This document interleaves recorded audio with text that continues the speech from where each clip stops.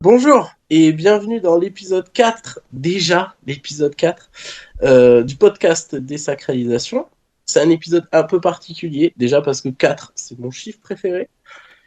Et donc je voulais marquer le coup de ce chiffre fétiche pour moi et je voulais parler d'un album également un peu particulier, d'autant plus que le podcast il est consacré à ce qu'on appelle le métal extrême. Et aujourd'hui, on va parler d'un album qui ne s'inscrit pas dans le genre et la grande famille qui est le métal extrême. À savoir qu'on va parler de l'album Sevastra de Hotep, le premier album du groupe. Et je suis en compagnie pour ça de Mr. Sébastien. Comment ça va? Ça va, salut Robin. Salut. Donc on est collègues au Memento Mori webzine. Du C'est coup. ça, tout à fait. Je fais particulièrement des live reports, quelques chroniques rarement, mais live report, interview et des sacralisations pour la deuxième fois. Oui, pour la deuxième, tu étais venu pour le deuxième épisode consacré BXN. à BXN, au Black Metal. Ouais. Voilà. Et on a comme invité Monsieur Grégory ou Grégoire, je ne sais plus, je ne sais pas. Greg, En c'est tout très cas, bien. un spécialiste du genre dont on va parler pour cet épisode.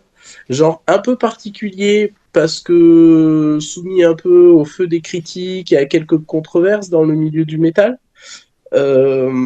Et parler de l'album d'Otep va nous permettre de revenir aussi sur ce genre, en fait. Qui, pour moi, est un genre hyper intéressant et qui porte autant de promesses artistiques que finalement de grands échecs également. Mais on aura l'occasion d'en parler un petit peu plus tard. Rapidement, j'anime une chaîne YouTube depuis bientôt 8 ans, 9 ans. Le temps passe vite quand on s'amuse, qui se nomme Musink et sur laquelle je poste toutes les semaines une vidéo dédiée à l'actualité rock et metal. Donc il y a un petit peu de tout, il y en a pour tous les goûts. Comme j'aime dire, les gens viennent, ils picorent, ils prennent ce qu'ils veulent. Ça va de la chronique d'album au report live, mais aussi je fais beaucoup de hors-série sur l'histoire de la musique, sur les vinyles. Bien évidemment le Hellfest, chaque année il y a quasiment une dizaine de vidéos sur le Hellfest sur la chaîne et des interviews, pas mal d'interviews. Donc voilà une chaîne assez généraliste qui a démarré par le néo-metal et donc c'est pour ça j'imagine que je suis là ce soir avec vous et je suis encore une fois merci à vous pour l'invitation et puis qui s'est développé sur tous les styles de métal mais pas que parce que j'aime dire que je suis assez éclectique donc j'aime de temps en temps faire découvrir d'autres choses soit un petit peu plus pointues soit qui sortent un peu des sentiers battus à mes abonnés. Voilà.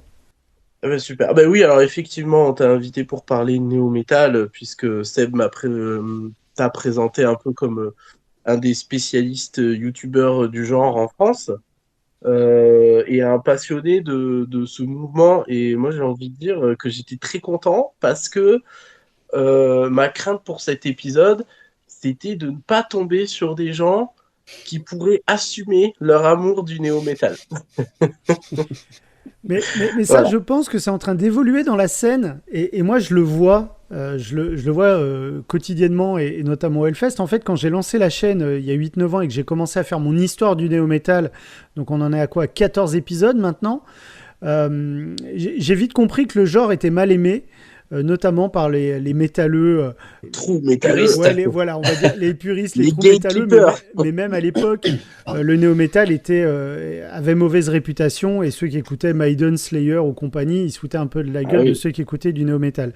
Moi, ce que je constate, c'est que 25 ans plus tard, après l'explosion du néo-metal, voire même 30 ans plus tard, le néo-metal n'a jamais été autant populaire qu'aujourd'hui. Pour preuve, la reformation de Linkin Park qui a tout cassé en termes de stats, Limp Bizkit qui va être tête d'affiche du Hellfest, System of a Down qui va remplir un stade de France, Slipknot qu'on voit 2 stades de France, Slipknot qu'on voit partout tout le temps.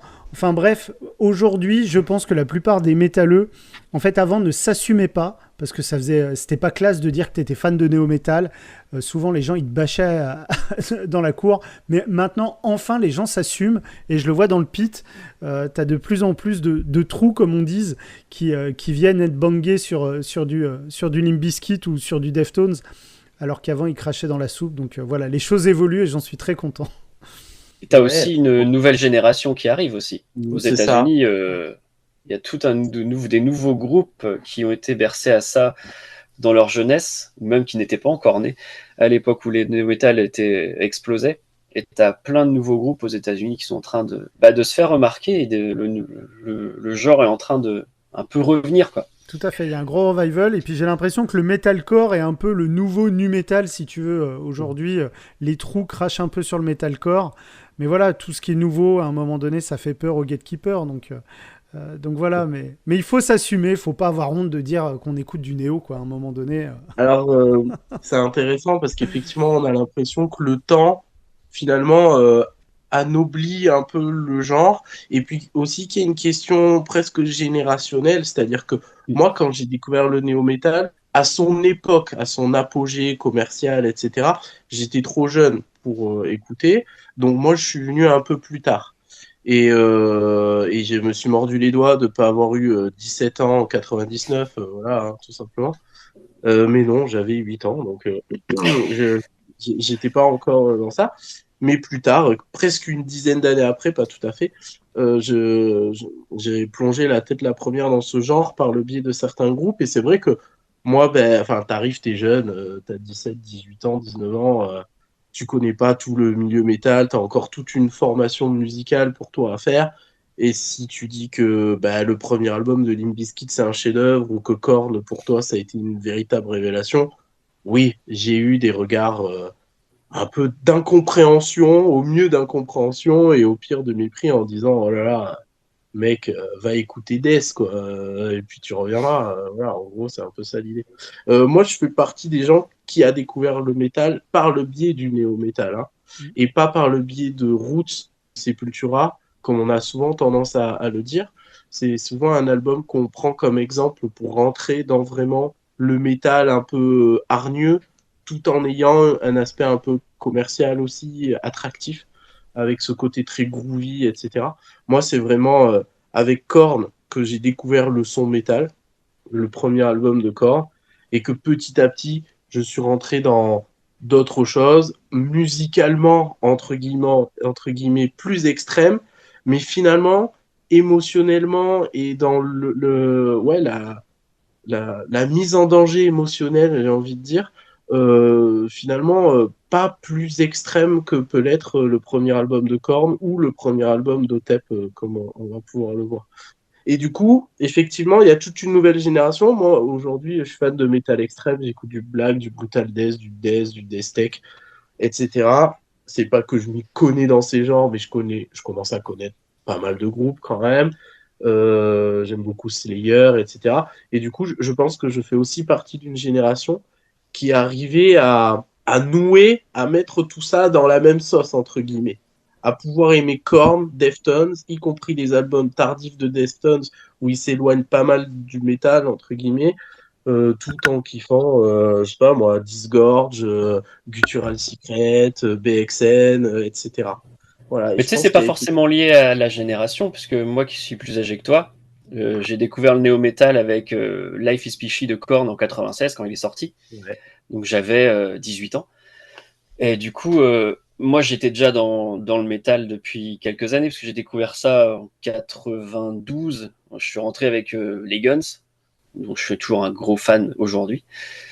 Et puis j'irai pas les voir à Bercy parce que les places sont indécentes, les prix sont indécents, tant pis. Mais du coup, après j'ai suivi le schéma classique, c'était en pleine période grunge, donc du grunge, du hard rock. Puis après j'ai découvert le heavy, le thrash, le death. Et puis après pour arriver jusqu'au black. Et tu vois, ce mélange de, comme tu dis, de genres musicaux, je le vivais aussi à l'époque parce que j'étais à fond dans le néo-metal tout en étant à fond dans le black metal. Deux styles antinomiques. Et pareil, les gens avec qui je traînais ne comprenaient pas forcément que je puisse aimer ces deux genres au même niveau, quoi. Parce que c'était pas du tout la même chose. Les true black metaleux n'écoutaient pas de néo-metal. Et les mecs qui écoutaient du néo-metal n'écoutaient pas de métal extrême. Moi, j'adorais les deux styles pour des trucs différents, mais j'étais à fond dans ces deux styles. Tu vois, comme quoi, même la génération, Ouais, ouais. ça le faisait à l'époque, le mélange des goûts. De Et toute toi, façon, Greg, ça. t'es arrivé par quel groupe, par quel album dans le néo? Moi, mon trajet, il a été sinueux dans le métal parce que quand j'étais tout petit, j'avais quoi, 7-8 ans, le voisin qui était juste en dessous de chez moi, c'était un grand fan de Maiden et des Guns. Et j'étais devenu ami avec son petit frère, et c'est vrai qu'à chaque fois que j'allais chez lui, il dormait dans la même chambre, et il avait ses posters de Maiden et des Guns, et ça me faisait flipper à l'époque, et du coup, il a commencé à m'initier un peu à ces musiques extrêmes. Mais tu vois, j'accrochais pas plus que ça, il manquait un truc. Moi, j'ai toujours été très porté sur la mélodie. Je m'y retrouve pas toujours dans certains sous-genres de métal. Mais c'est vrai que le néo, ça a été la grosse baffe. Parce que moi, tu vois, à l'inverse, dans mon lycée, mais tout le monde écoutait du néo. Mais tout le monde. En fait, ceux qui étaient bizarres, c'est justement ceux qui écoutaient Maiden ou ceux qui écoutaient Slayer. Parce que tout le monde écoutait du néo. Tout le monde, vraiment. Ouais. Et en plus, il y a eu la Team Nowhere qui est arrivée plus ou moins au même moment. Le néo à la française. Et on est tous tombés dedans. Et moi, je me souviens de soirées mémorables, mais tu sais, un peu ces clichés qu'on peut avoir de soirées à l'américaine dans des baraques où c'était que du néo du début à la fin, quoi. Donc moi, c'est plus le néo qui a été un peu ma porte d'entrée. Et qui ensuite, par extension, où je me suis replongé dans des trucs un peu plus extrêmes. Mais tu vois, j'ai pas démarré par Metallica, j'ai pas démarré par Slayer, j'ai pas démarré par Sepultura. Plus Maiden et les Guns, c'est pour des trucs un peu grand public. Le néo, et après je me suis spécialisé sur tout le reste, quoi. Qu'on a fait au néo, avec le recul, etc., on pourra voir qu'il y a aussi des critiques qui sont fondées concernant ce genre. Il y a des choses qu'on a reprochées aux artistes néo, à la musique, des choses qui pour moi sont des fois véritables, hein, quand même. Ce qu'on reprochait généralement, c'était la pauvreté technique ou musicale. Et c'est vrai qu'il y a certains groupes qui quand même étaient un peu feignants, notamment en termes de riffs. Moi, je me base en tant que mec qui joue de la guitare.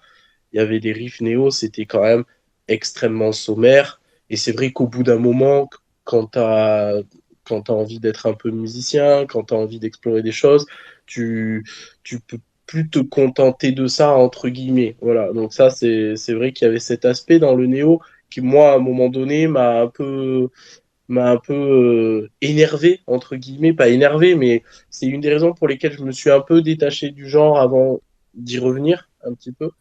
Et puis l'autre aspect, c'est toujours une arlésienne dans le milieu métal, c'est la question de l'intégrité.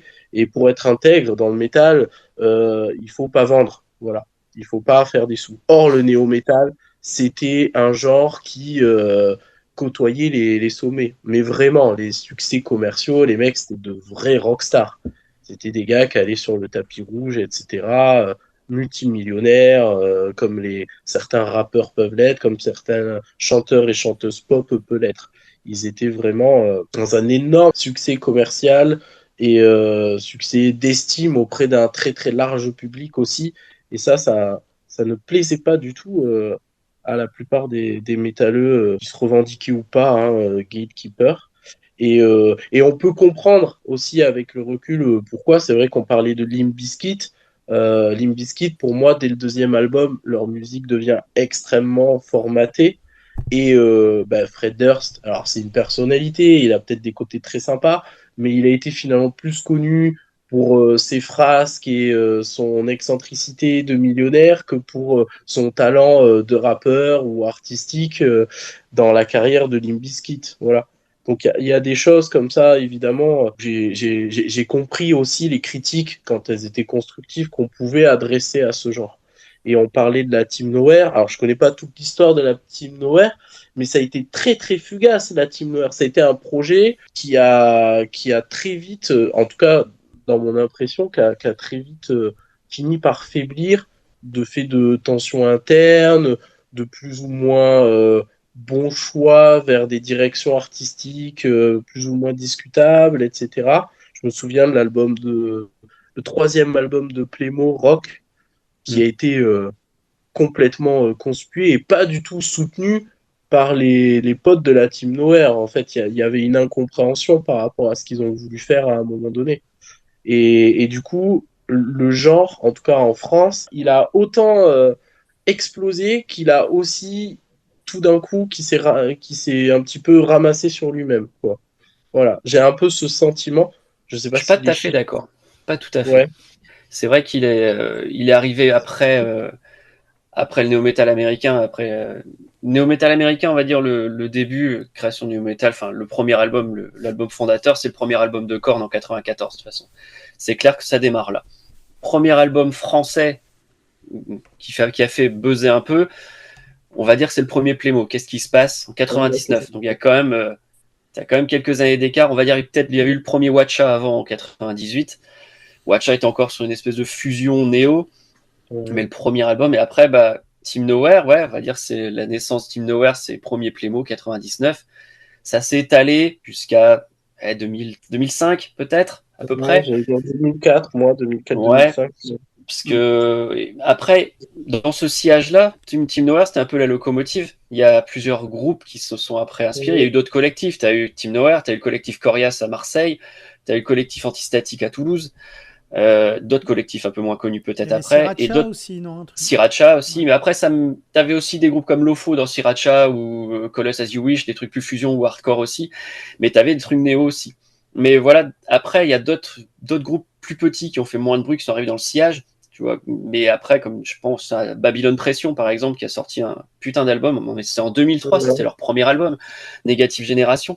Donc, voilà, il a quand même duré, 6-7 ans quand même, le néo-metal français. Ça t'a peut-être paru un peu fugace, comme tu dis, mais ça a quand même duré un peu. Ouais. Et j'ai pas l'impression que ça a bien fini, entre guillemets, après. J'ai l'impression que les groupes ont été à peine une fois. Ça s'est vite essoufflé. Ouais. Et même artistiquement, qu'ils ont un peu ramé pour se réinventer. À part Watcha, qui apparemment, de ce qu'on me dit, j'ai jamais vraiment écouté, mais a su toujours proposer des choses un peu inventives. Mais c'est vrai que Plémo, moi, l'album rock, quand j'ai découvert, c'était compliqué pour moi. Alors qu'il n'est pas foncièrement il a déçu un peu, en fait, parce qu'ils sont allés sur des trucs plus mélodiques. Quand tu avais épisode 2, Medicine Cake, juste avant, qui a tout cassé, et ta rock après, ouais, effectivement. Il y a une énergie un peu perdue, effectivement. Et puis, il y avait une troisième critique aussi qui était adressée au genre. C'était le fait que, quand même, le néo-metal, on avait l'impression que c'était un peu la musique du chouineur, quoi. Un peu une sorte d'émo sous stéroïdes. Et que ça pouvait être fatigant d'entendre un mec pleurer et se plaindre tout au long d'un album ou en concert en train de chouiner, pleurer sur le fait qu'il a été largué, sur le fait que son meilleur pote l'a trahi, etc. Et ça, c'était des choses aussi qu'on pouvait renvoyer en disant, bon, en fait, au bout d'un moment, ça paraît plus crédible quand le mec multimillionnaire sort de sa berline, etc., avec des vêtements de marque un millier d'euros, et qui vient sur scène se plaindre que la vie est dure avec lui, quoi. Il y avait aussi cette critique un peu qui était adressée, surtout pour le néo-américain, qui a repris un peu le côté bling-bling des fois du rap. Et c'est une critique, moi, que je trouve, entre guillemets, valable dans un certain sens. Notamment le côté un petit peu se plaindre, un peu toujours se plaindre et toujours laisser place un peu à l'expression de soi et jamais tenter un peu de s'oublier pour un projet musical un peu plus ambitieux que moi, mais comment je dors mal la nuit, mes addictions, etc. Voilà. Se faire passer devant aux dépens finalement d'une créativité musicale des fois. Alors, je peux comprendre l'argument, mais pour le coup, je te rejoins pas là-dessus, parce que je pense que c'est aussi ce qui a fait son succès. C'est le fait que, pour la première fois, des personnes qui faisaient une musique, que je vais pas qualifier d'extrême, mais tu vois, c'est ce qui a fédéré, en fait, le public. C'est justement ces paroles d'adolescents, écrites par des adolescents à destination d'adolescents, et qui, pour la première fois, mettaient des mots sur leur mal-être, mettaient des mots sur leur santé mentale, mettaient des mots sur les violences sexuelles qu'ils avaient pu subir quand ils étaient plus jeunes. Et tu vois, c'est le métal nihiliste où tu vois, on parle de la nature, on parle des bois, ou juste on parle de trucs un peu guerriers ou de trucs un peu de bonhomme boosté à la testostérone, tu vois. Il y a peut-être toute une génération qui ne se retrouvait pas là-dedans, et au contraire qui s'est retrouvée dans le néo-metal. Tu vois, il y a aussi ce côté lifestyle qu'on n'a pas évoqué, mais le néo-metal, c'est aussi une mode vestimentaire. Les gens ont aussi adhéré à cette mode vestimentaire, et parce que bon, tout ça a été marketé, tout ça a été formaté, mais ça collait, tu vois, quand Korn débarque avec son feat avec Adidas, mais tous les métalleux, ils étaient en PLS. Tous les métalleux étaient en PLS. Mais sauf que ça fonctionnait de ouf. Parce qu'au final, bah, tu pouvais être métalleux. Et moi, c'était ça, quoi. Moi, j'ai écouté Limp Bizkit, j'allais au lycée, j'avais mon baggy, j'avais mon switch, j'avais ma casquette à l'envers. et puis voilà. Et je peux comprendre que certains métalleux... Alors, j'aime pas le thème gatekeeper, parce que certains peuvent l'interpréter de manière péjorative, et c'est pas ce que je souhaite dire.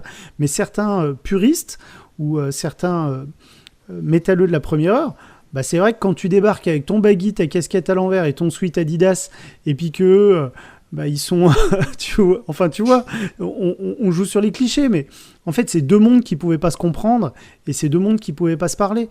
Mais je reste convaincu qu'aujourd'hui la parole telle qu'elle a été libérée dans le néo-metal a quand même ouvert pas mal de choses pour les générations futures. Aujourd'hui, tu vois, c'est plus un tabou dans la musique et dans le métal de parler de santé mentale. Ouais, c'est un argument que je peux comprendre, en fait, sur la durée, pas quand le mouvement éclate, mais petit à petit, quand les groupes commencent à durer et qu'ils se répètent dans les propos, dans les thématiques, etc.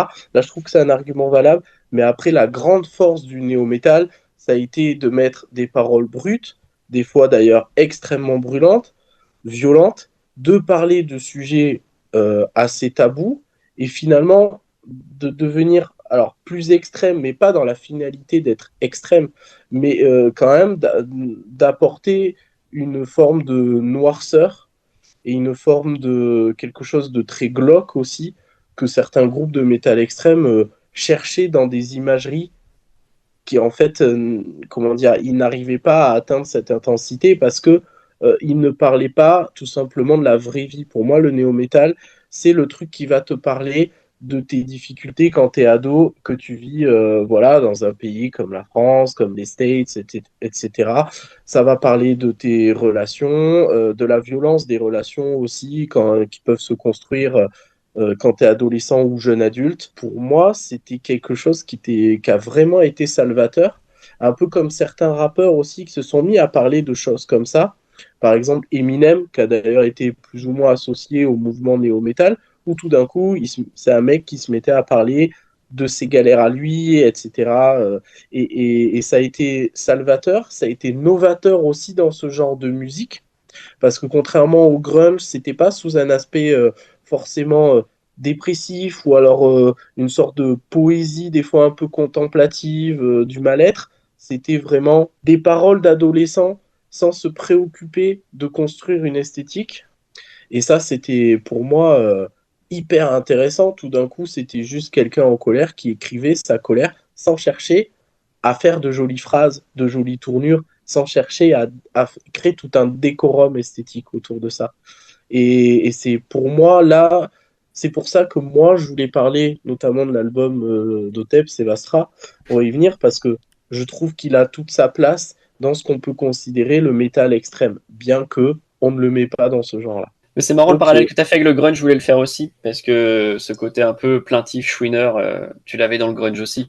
Et pareil, au bout d'un moment, ces groupes-là, Soundgarden, Alice in Chains, Nirvana, ces mecs-là aussi ils croulaient sous la thune après aussi. Donc pareil, tu as ce côté crédibilité aussi de se plaindre.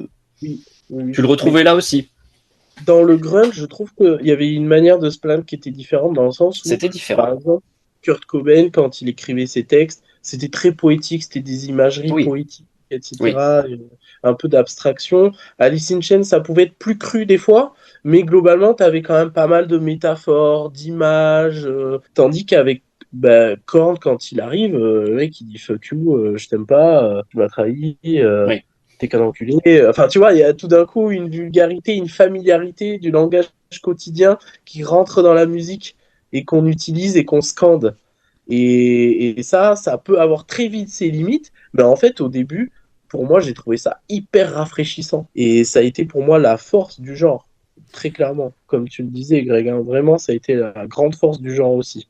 Mais là aussi, il y avait presque un aspect marketing, c'était le logo Parental Advisory là, qui était posé sur les étiquettes. En fait, les maisons de disques disaient pousser les lyrics vraiment dans les extrêmes pour obtenir ce logo, parce que ce logo est vendeur, parce que la jeunesse des années 2000, fin des années 90, elle voulait acheter des trucs crus, des trucs un peu violents dans les textes, et certains groupes en ont surjoué, notamment Limp Bizkit, qui voulait à tout prix aller chercher ce logo, quoi.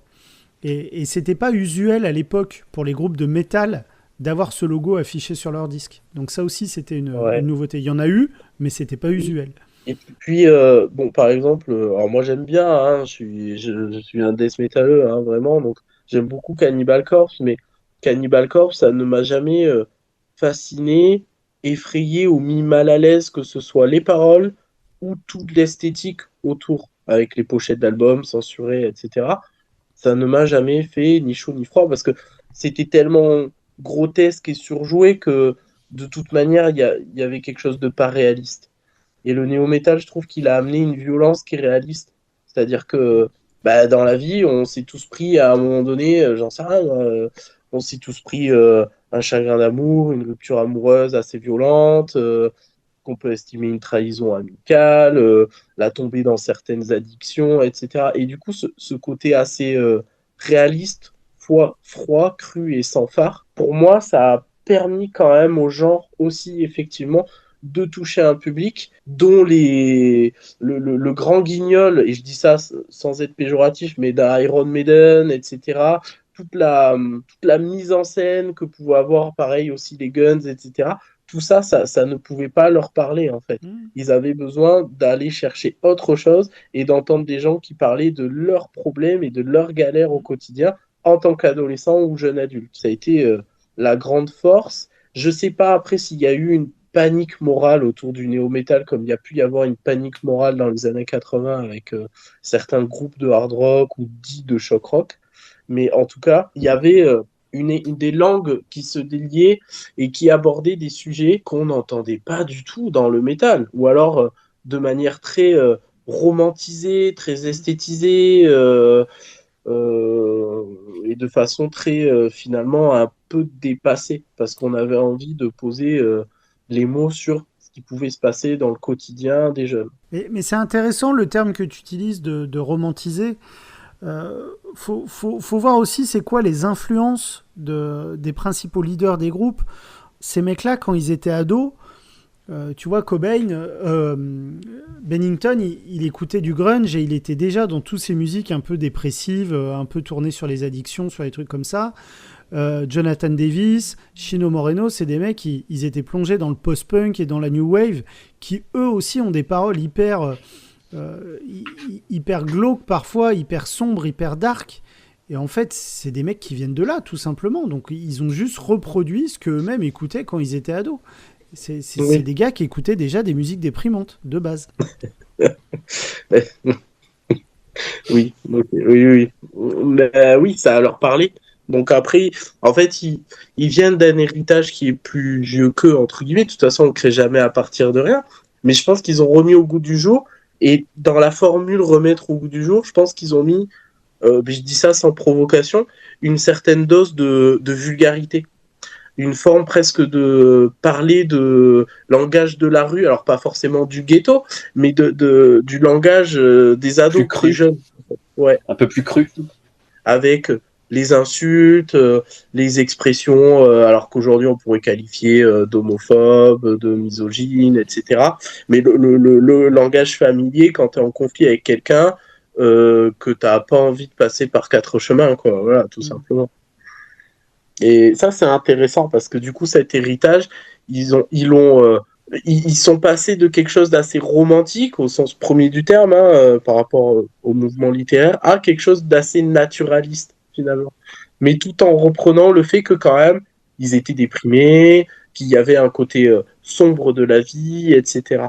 Mais ils le trouvaient dans leur quotidien et pas simplement dans des images mentales qui pouvaient se créer à force de s'enfermer, de faire de la musique, etc. Ça, c'est venu peut-être plus tard. Et d'ailleurs, même les pochettes d'albums, elles racontent ça. Les pochettes d'albums de Korn, par exemple, elles sont assez crues au début, où il n'y a pas d'éléments de fantastique, entre guillemets. C'est des métaphores qu'on voit. Ça raconte vraiment une menace pas simplement existentielle, mais une menace de tout de suite, l'enfant menacé, donc la première pochette de Korn avec cette ombre d'un homme qui scrute une petite fille qui joue à la balançoire. Le deuxième album où c'est un enfant qui se regarde dans un miroir et derrière lui ou en lui, on ne sait pas trop, il y a une ombre plus grande que lui, assez menaçante.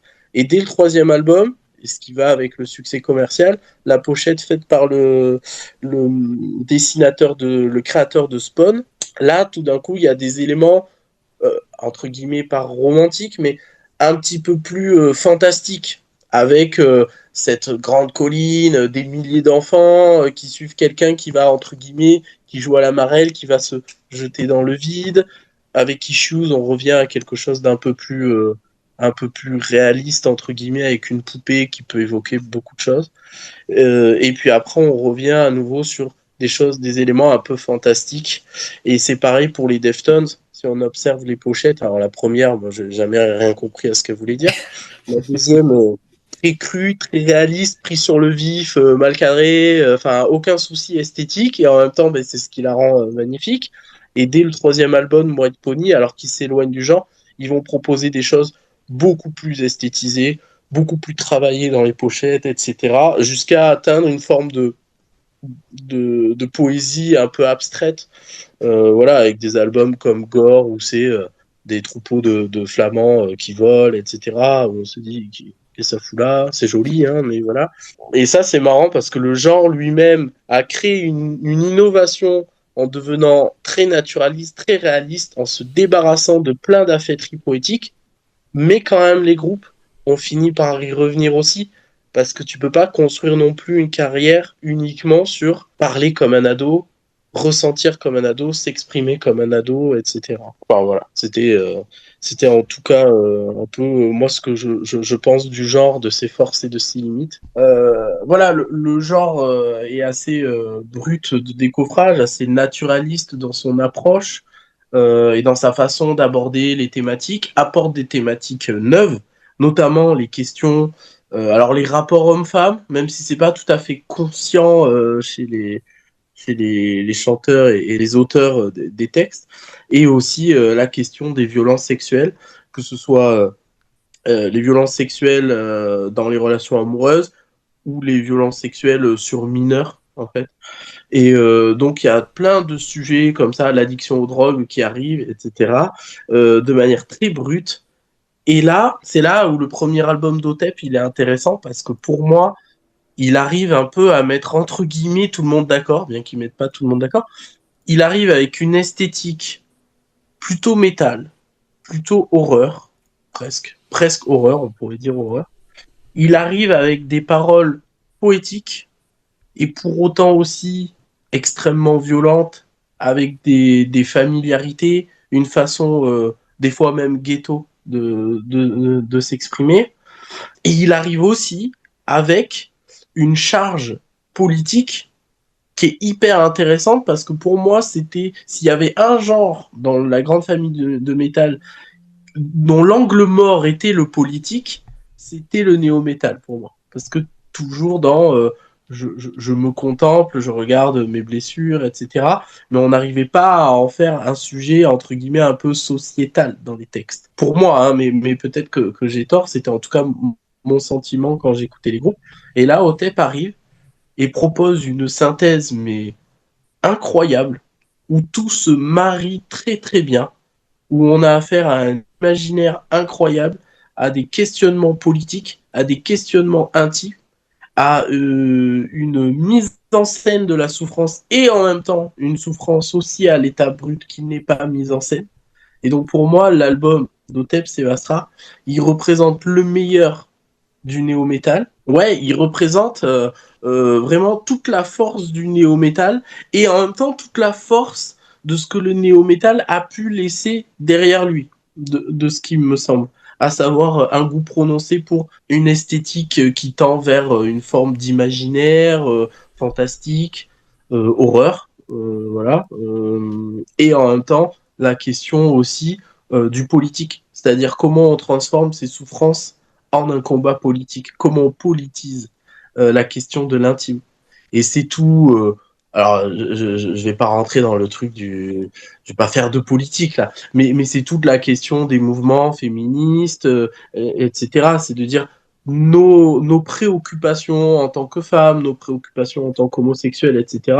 sont en fait des préoccupations qui sont pas simplement de l'ordre de l'intime, mais du politique. Et je trouve que Otep réussit brillamment, de façon poétique, à mettre en scène ça, cette transformation de la souffrance intime en un combat politique. Et ça, dès le premier album, et d'ailleurs, de la meilleure manière pour moi dans le premier album. Parce qu'après, soit il y aura un peu trop de, entre guillemets, de politique ou de combat assumé, ce qui fait qu'on peut perdre une partie du public aussi, soit on ira un peu trop vers le côté un peu folie, psychiatrique, avec le deuxième album. Alors, autant sur les paroles, je te crois, parce que j'ai pas étudié les paroles de l'album.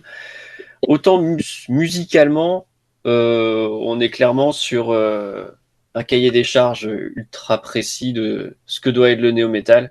En gros, tu prends le bouquin Le néo-metal pour les nuls, tu l'appliques, boum, t'as l'album d'Otep. Il est pas mauvais, il est bien, il sonne bien, mais t'es pas surpris, quoi. Ouais. Il n'y a pas de surprise. T'as tout ce qui a bien marché dans le néo-metal dans les groupes d'avant. Et on arrive déjà en 2002 hein, quand il sort. Donc le courant, il a déjà passé son âge d'or. Il est l'âge d'or, on va dire 99, 2002, ouais 2001, 2002. Et il s'arrête en 2003 avec la sortie de Meteora de Linkin Park. Chut, on arrête là. Le dernier album de néo-metal, gros album de néo-metal sort en 2003. Otep arrive en fin de course. Mais arrive en fin de course aussi, pas forcément surtout, c'est que ce qui est assez nouveau dans les groupes de néo-metal, c'est que tu as une femme au chant. Les femmes, jusque-là, étaient très cantonnées à cette époque-là, fin 90, début 2000, au métal symphonique. Vous avez Nightwish, Epica, tous ces groupes-là, Within Temptation, ça cartonnait à bloc. Les femmes étaient reléguées beaucoup dans ce courant-là.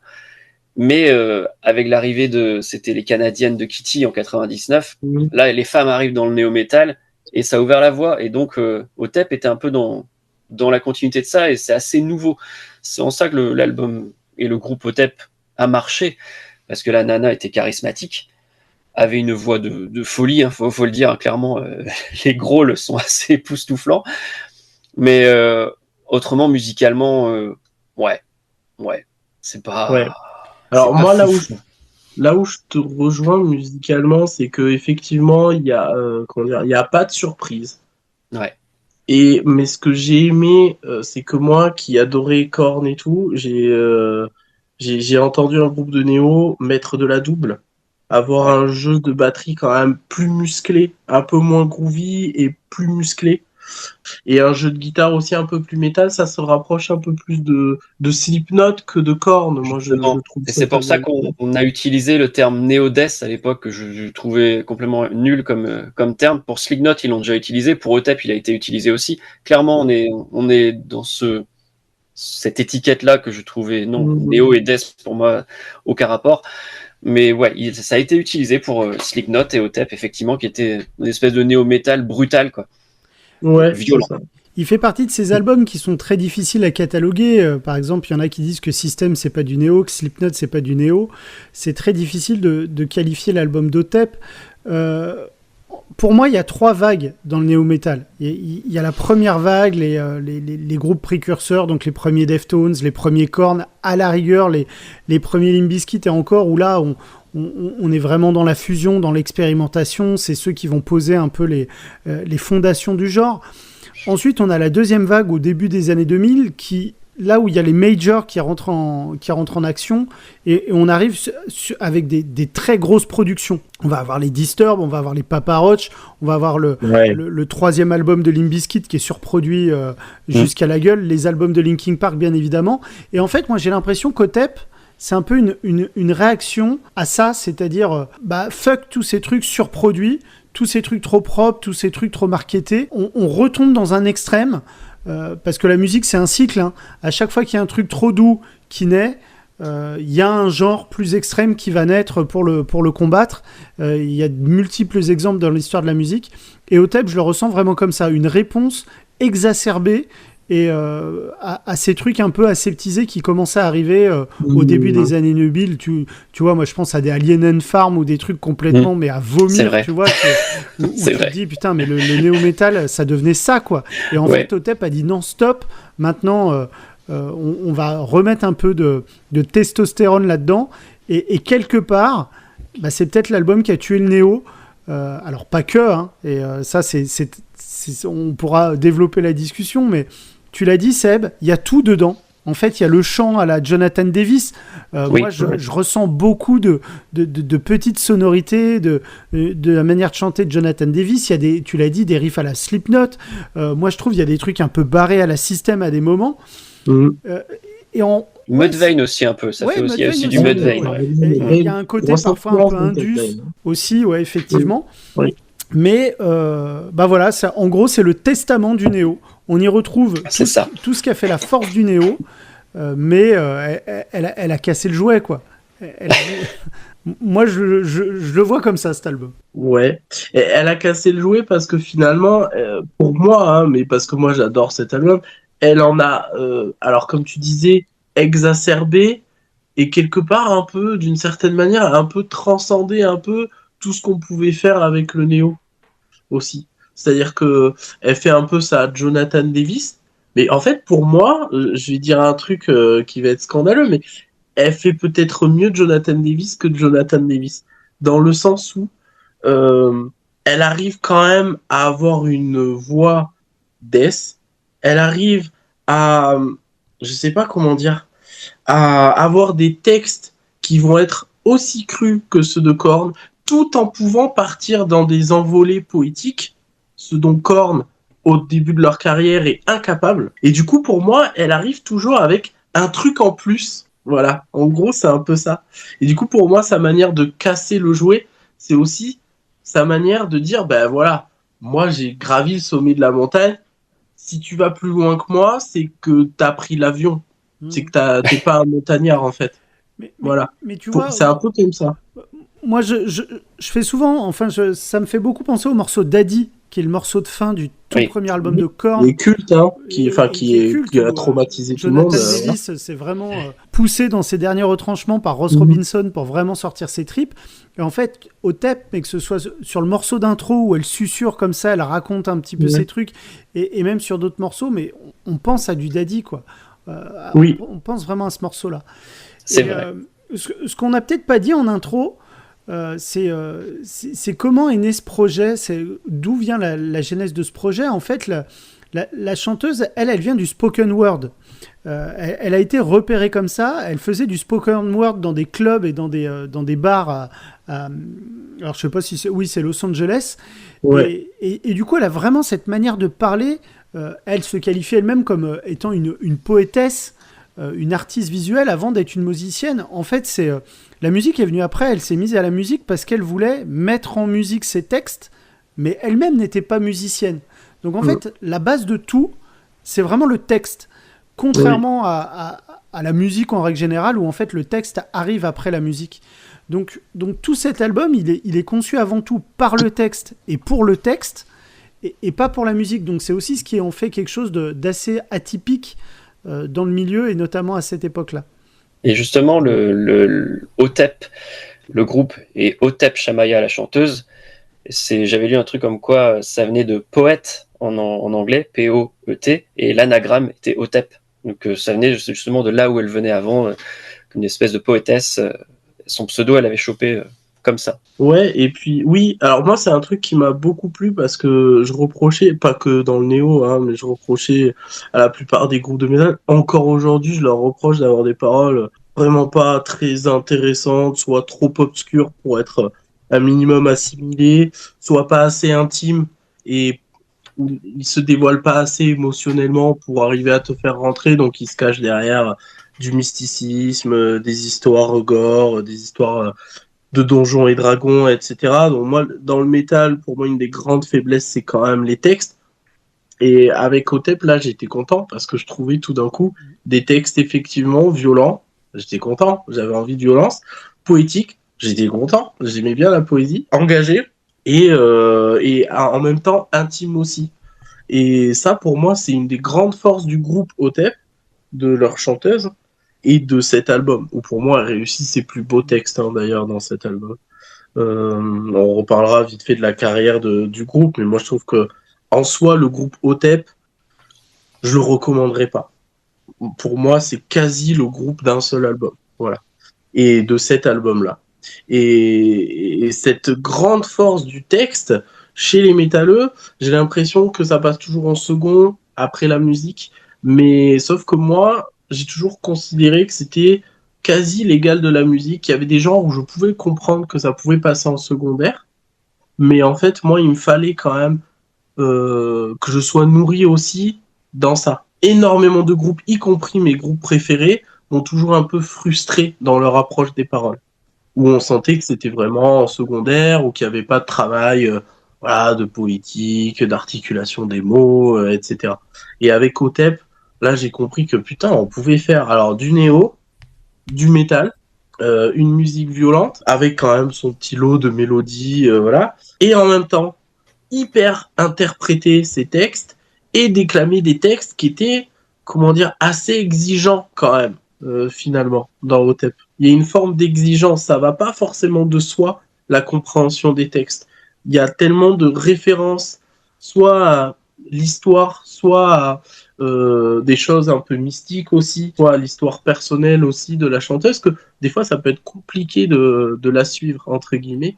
Et pour autant, je trouve que c'est toujours très bien écrit, c'est toujours très beau, et elle a toujours les punchlines aussi pour rattraper, on va dire, le lecteur ou l'auditeur, quand tout d'un coup, il se pomme un peu dans ses pensées, dans ses réflexions, elle peut te sortir tout d'un coup la punchline qui va te ramener à quelque chose de plus simple, de plus condensé, pour te re-rattraper et t'aider à te reconcentrer. Mais est-ce que justement ce côté complexe, ce côté, tu vois, des textes vraiment réfléchis, vraiment travaillés, tu vois, eux-mêmes ils se qualifient d'artcore, donc preuve que c'est un truc quand même tourné fortement sur le côté artistique. Est-ce que ça n'a pas fait fuir justement cette génération biberonnée au nu metal qui voulait juste du nookie à plus savoir qu'en faire, parce que au final, ah, la pire.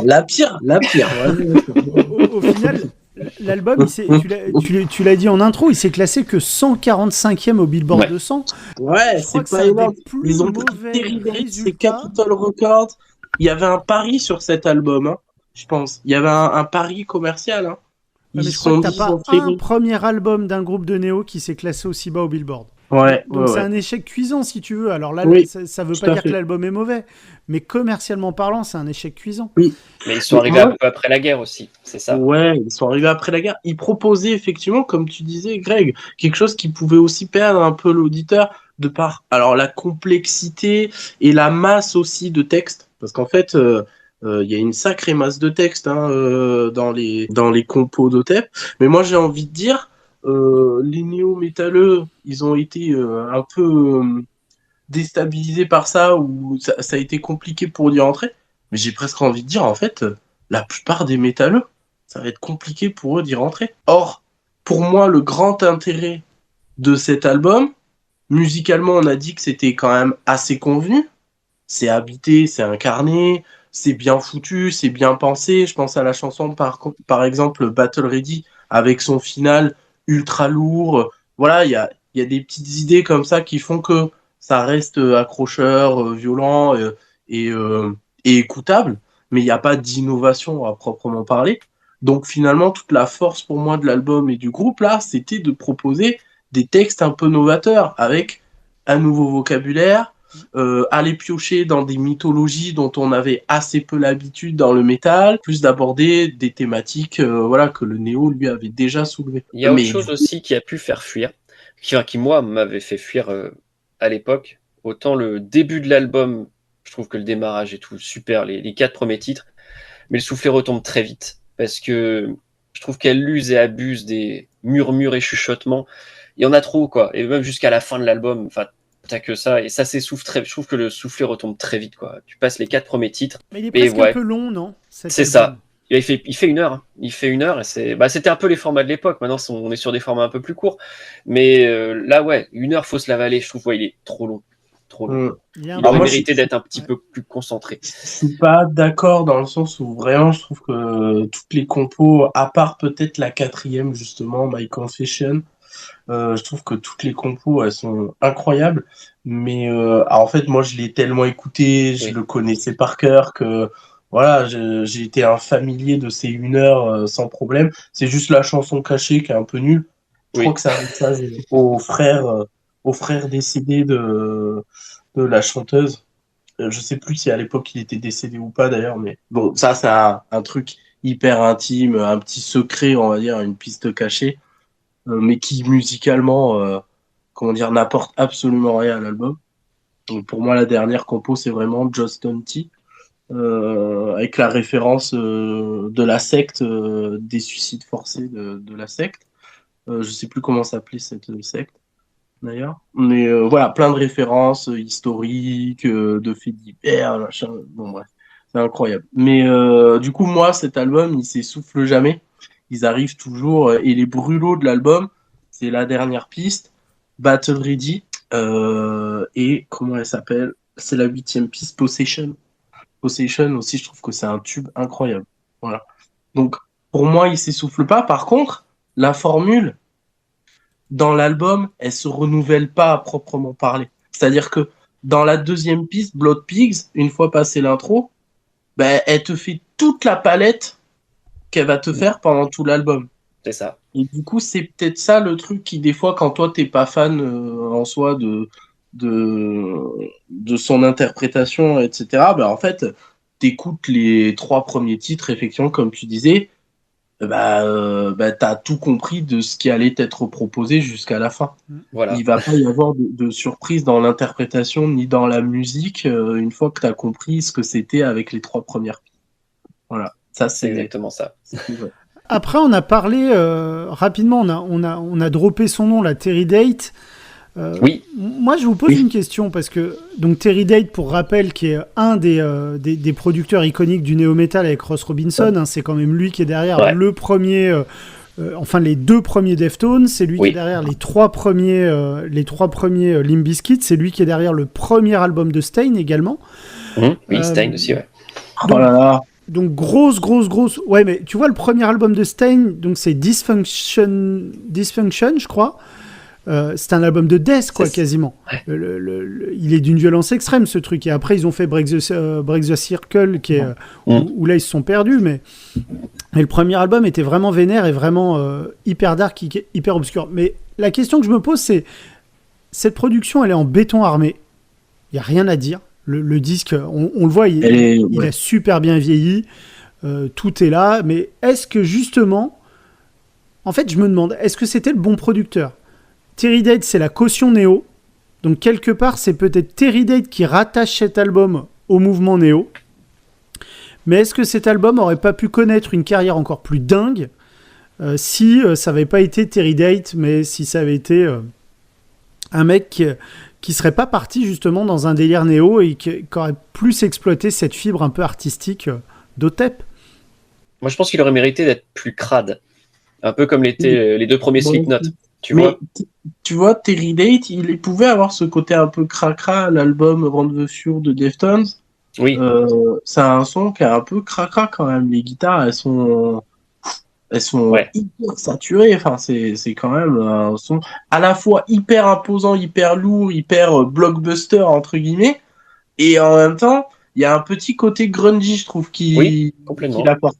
Et il apporte ce côté-là, mais pour moi, effectivement, j'aurais bien aimé une accentuation de ce côté un peu cracra, parce que je trouve que l'album s'y prête terriblement, que ce soit dans les thématiques, dans l'interprétation, dans tout ce que ça raconte.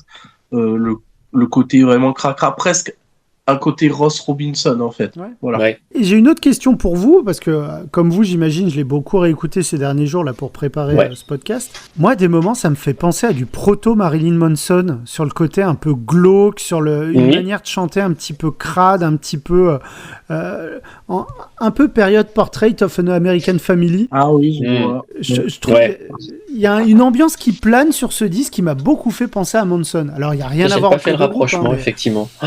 Mais je l'aurais pas fait. Alors moi, je fais le rapprochement parce que je sais qu'elle a été amenée à rencontrer Marilyn Manson et que il est crédité dans les inspirations en tant que muse et inspiration. Il y a Jonathan Davis, il y a plein de gens, et dont Marilyn Manson.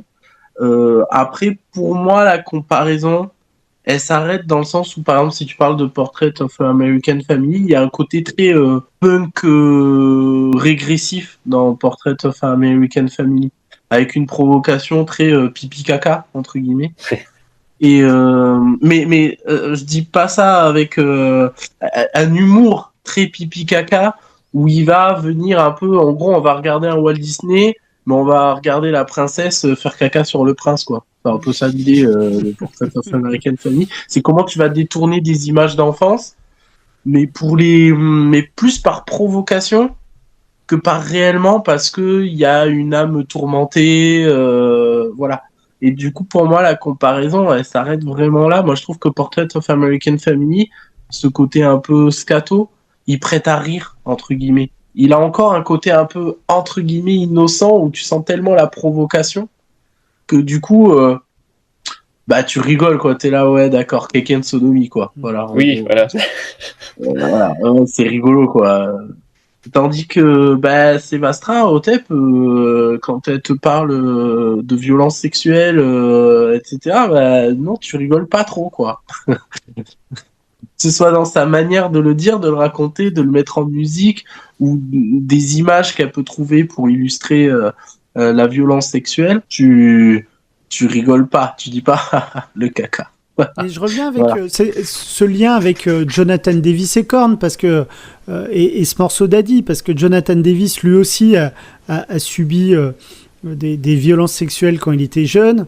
Dans Otep, ça parle d'inceste quand même à certains moments. Oui, c'est ça. Jonathan Contrairement à la chanson d'Adi de Korn, alors que la plupart des gens pensaient que ça parlait d'inceste, mais ça ne parle pas d'inceste d'Adi de Korn. il a aussi été victime comment dire tu vois le morceau Faguette qui Oui. Ouais. où il parle de ce qu'il vivait quand il était au bahut. Bon bah au Oui. TEP on retrouve aussi ce côté comment dire enfin je trouve il y a beaucoup de points communs en fait entre les deux personnages et la manière dont ils expriment leur mal-être ou du moins ce qu'ils ont pu vivre comme mal-être quand ils étaient jeunes et comment ils le retranscrivent dans leur musique. Mais pour moi, Sévastra, c'est le premier album de Korn avec un point de vue plus métal et moins néo-métal et féminin aussi. Ouais. C'est-à-dire que elle, quand je parlais de l'engagement politique et du combat politique qu'en plus tard elle va avoir et qu'elle va assumer, c'est parce que elle, en tant que femme, elle a compris que il y avait des mouvements d'émancipation. Ce que Jonathan Davis, lui, il a jamais politisé son combat. Je pense que c'était à la fois pour des raisons commerciales, pour pas polariser, on va dire, son public, mais c'est aussi parce que, il me semble, hein, je veux pas parler à sa place, mais peut-être qu'il en a jamais vu ou eu l'intérêt. Tandis que elle en a vu l'intérêt de par son statut, alors d'enfant qu'on n'entend pas, et de femme qui effectivement dont la parole peut être très régulièrement remise en doute, etc. sur les questions de violence sexuelle. Et du coup, pour moi, c'est un peu une réponse, pas une réponse oppositionnelle, pas une réponse en opposition à, mais l'album de Korn, version, c'est une femme qui parle et qui n'a pas le choix de finalement, à un moment donné, politiser son propos et son expérience intime, mais en reprenant les gimmicks, etc., du premier album de Korn et du groupe. Voilà. C'est comme ça que je le vois, en tout cas. Mais du coup, moi, je me pose une question. Est-ce que vous avez aimé cet album? Est-ce que l'écoute, elle a été, entre guillemets, parce que c'est pas un album qui est fait pour être agréable à l'écoute, mais est-ce que quand même, ça a été une plongée, on va dire, agréable, entre guillemets? Le début. Après, moi, je me suis lassé à la deuxième partie de l'album, très honnêtement. C'est pas un album qui m'a marqué à l'époque, et en le réécoutant maintenant, par contre, juste comme on disait sur la prod, effectivement, la prod, elle est top, elle a pas vieilli. Franchement, il y a toujours ce côté brutal maintenant, et tu pourrais dire qu'il est sorti l'année dernière, à part le style, ouais, ok, pas de problème, ça tient la route. C'est juste, ouais, ce côté, comme je disais, prévisible et puis un peu pénible sur la longueur de ces chuchotements susurrés, un peu trop utilisé. Donc non, c'est pas un album marquant à l'époque et c'est toujours pas un album marquant pour moi maintenant. Alors, je rejoins assez Seb. Alors, moi, je l'ai pas forcément beaucoup écouté à l'époque. Je l'ai écouté quand il est sorti, puis très rapidement, je suis passé à autre chose. J'irai pas jusqu'à dire que j'ai éprouvé du plaisir à le réécouter, mais en tout cas, c'était pas désagréable comme écoute. Parce que avec le recul, il y a vraiment plein de petites nuances que j'avais pas forcément perçues à l'époque et que j'ai trouvé vraiment intéressant. C'est vraiment un album de nu metal saturé, comme tu disais. Peut-être l'un des albums les plus sombres, les plus artistiques et les plus artistiquement radicaux de sa génération. Et je suis pas sûr que, en tout cas moi à l'époque, je l'ai pas perçu comme ça. Et le fait de le réécouter aujourd'hui et de plus me plonger dans les textes, je le perçois vraiment comme une œuvre à part entière. Par contre, oui, il est trop long. Il y a 15-20 minutes de trop sur cet album. Ah oui. Mais c'est un... Oui, c'est... Il y a des moments qui sont chargés en émotions. Vraiment, ça prend aux tripes et d'une manière plus comment dire, plus forte que peut prendre aux tripes. Enfin, je parle pour un truc que je connais vraiment bien, Chester Bennington, tu vois, quand tu l'écoutes, bon, il y a un côté pathos, il y a un côté émotionnel, c'est émouvant, mais là, il y a un côté presque malsain, tu vois, ça te tabasse les tripes, quoi. C'est pas juste, ça te les prend, ça te les tabasse, quoi. Et pour ça, cet album, il est marquant, quand même. Ouais. Moi, aujourd'hui, j'ai pas l'impression... Alors, on a parlé un peu du côté un peu revival du néo-metal, mais j'ai pas l'impression que Otep a été embarqué dans ce côté revival pour plusieurs raisons. La première, c'est que c'est un groupe à la discographie un peu à boire et à manger, c'est-à-dire que ça a été néo-metal, mais en fait, dès le second album, le côté néo-metal paraît déjà pas mal. Le troisième album, on est sur un métal un peu plus traditionnel, plus une forme de metalcore ou de métal moderne à la rigueur, voilà. Ils sont revenus à un côté néo-metal avec l'album Smash the Control Machine, voilà. Mais ils ont oscillé entre différents genres, etc. Et je j'ai pas trouvé que il y avait comment dire, qu'on regardait le premier album d'Otep avec un regard neuf aujourd'hui, comme on a pu regarder la carrière de Slipknot ou certains albums de Slipknot avec un regard neuf, ou Deftones, Limp Bizkit, Korn, la plupart de ces groupes, voilà. J'ai pas réentendu une forme de réhabilitation. Est-ce qu'il en a besoin? Bon, ça je ne sais pas, mais en tout cas, je l'ai rarement entendu cité comme influence par les groupes qui apparaissent aujourd'hui, qui se réclament du mouvement néo-metal. Je sais pas si c'est le cas. Vous avez entendu parler comme ça de... Non, clairement non. Ouais. Il reste un peu à la marge, en fait, je trouve, de ce mouvement. Après, est-ce qu'il a ouvert la voie peut-être à une génération d'artistes féminines parce qu'on l'a dit, effectivement, il y avait Kitty... mais elles aussi, très rapidement, elles se sont détachées du néo-metal. Ouais. Il y a que le premier album qui est néo, mais aujourd'hui, Kitty, c'est plus un groupe de death. T'avais Eds en France. Ouais, oui. Exact. Il y avait quoi? Il y avait la bassiste de Cold Chamber, là, oui. Rena Foss-Rose, qui très rapidement a quitté le groupe. Mais peut-être que Otep a libéré quelque chose chez une génération d'artistes féminines et leur a montré qu'on pouvait tout aussi bien... faire que les hommes, tout simplement. Parce que ça aussi, c'est un truc qu'on a peu évoqué, mais le néo-metal, c'est un courant musical qui est hyper machiste, quoi. Hyper... oui. Les femmes, dans les textes de Korn et tout, elles prennent cher. Hein. Enfin, vraiment... On voit bien l'épisode Woodstock 99, qui est le paroxysme de cette masculinité toxique et qu'on n'avait pas forcément dans d'autres genres musicaux. Par exemple, le grunge, y a plein de groupes féminins de grunge. Oui. Donc voilà, peut-être qu'elle a aussi permis de casser ce truc-là, ce côté masculin, et d'ouvrir la voie sur une autre génération. Et pour ça, cet album reste important aussi. Alors après, est-ce que vous avez écouté d'autres albums d'Otep ? Non. Moi, j'ai réécouté... alors, c'est pas le dernier album en date qui est sorti, mais un qui est sorti précédemment.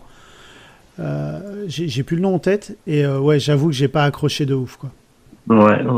Moi, il y a Bon, j'aime bien le The Ascension, qui est leur album peut-être le plus métal, entre guillemets. Mais là, pour le coup, je trouve qu'il y a des longueurs. Et après, moi, j'ai un peu lâché le groupe. Je l'ai retrouvé avec quand même un certain plaisir avec l'album Atavist, que j'ai vraiment bien aimé pour le coup. Ouais, c'est entouré de Zikos qui ont permis un petit rafraîchissement. Voilà.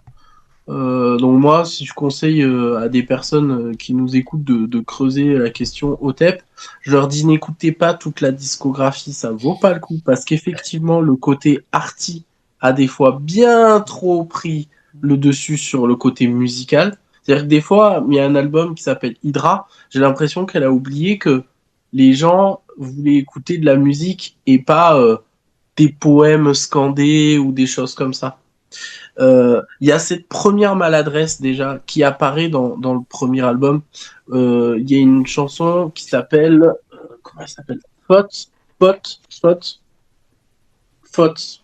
La neuvième piste, c'est une forme d'histoire un petit peu. Elle raconte une histoire.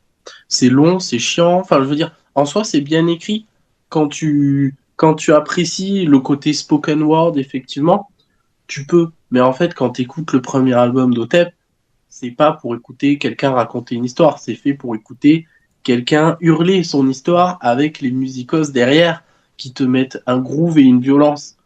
Et je trouve que dans sa carrière musicale, à chaque fois, avec ses musiciens, elle tombera systématiquement dans le panneau et des fois sur des albums entiers de n'être trop que dans le narratif, entre guillemets, dans le je, je mets les paroles au premier plan, mais du coup, la musique derrière, elle suit pas du tout.